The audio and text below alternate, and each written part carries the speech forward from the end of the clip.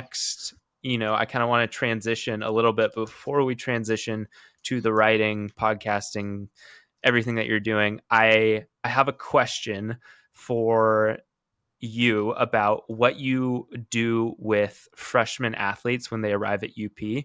Specifically, like, what are you trying to get them to be able to do? And what are some things that, high school athletes can work on to try and make that transition in the weight room easier? Yeah, I think it's two parts. Like a part of it for me is going to be the weight room based, like physical Mm-hmm. preparedness side of things. So when we Mm-hmm. get a freshman, we'll just like first it's having a conversation with them, like, hey, have you had a strength coach before? Have you trained? What is uh, maybe maybe it seems like it's a no brainer, but it's just like the basics, like injury history. Have you had a strength coach? How did you play? Using like baseball as an example, did you play summer ball? Where? Cool. Um, are you currently playing summer ball? Because a lot of times I'll connect with them before they get here. But Mm-hmm. just overall, it's like, what does it look like your past few months? Like maybe you're just playing summer ball and you haven't been training. And then building it out from there, injury history. What do you feel like you're the best at? Um, Sometimes you get that typical like, oh, I can deadlift 500, and you're like, okay, man, like Yeah. Yeah. Sure. take it easy.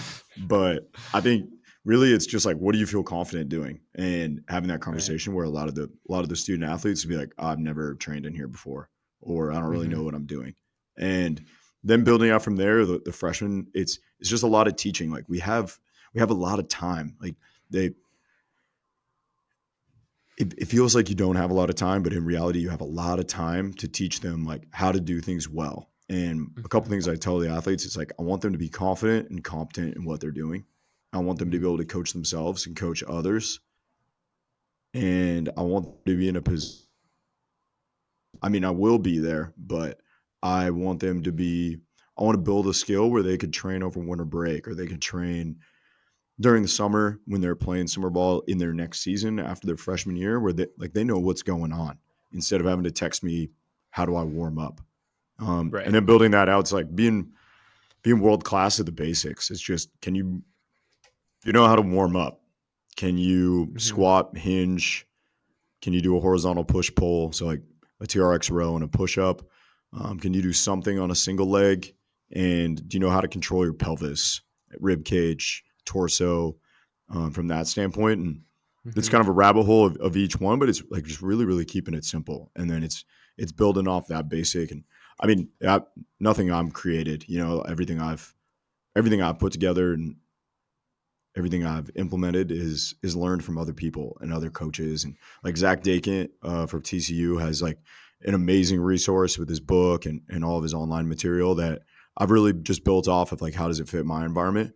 But I'd say just being Mm-hmm. really good at those, and being really good doesn't mean super heavy. It's like moving well. Can you put on it? I always ask the athletes, I'm like, I need you to put on a kids clinic in Mm-hmm. technique first. Like go to work. And Mm-hmm. then from there it's building it out, right? You can get that more advanced, but I think it's like, can you do a push up? Can you do a TRX row? Can you do a body weight or a goblet squat? Do you know how to RDL or hip hinge? Can you get into your backside? Does your squat and your hinge look different? And then building it out from there. And then I think the other part that's really, really big for high school student athletes, and or just high school anybody, whether you're playing a sport or not, is from a health standpoint, like really getting your health squared away. And what I talk about in that is just like being able to write out your schedule. Like when I always say when to what, and it's hard to know what you're going to work on at practice or what you need to do that day if you don't know when you're going to do it. Mm-hmm. And I think that's vital for high school kids. It's just like, when are you going to practice? When do you need to wake up? When do you need to eat breakfast, lunch, dinner, and a snack? When are you going to do homework? Um, Starting there One. with maybe Yeah. maybe even non-negotiables, and then like, when are you going to hang out with your friends, or when are you going to spend time for yourself?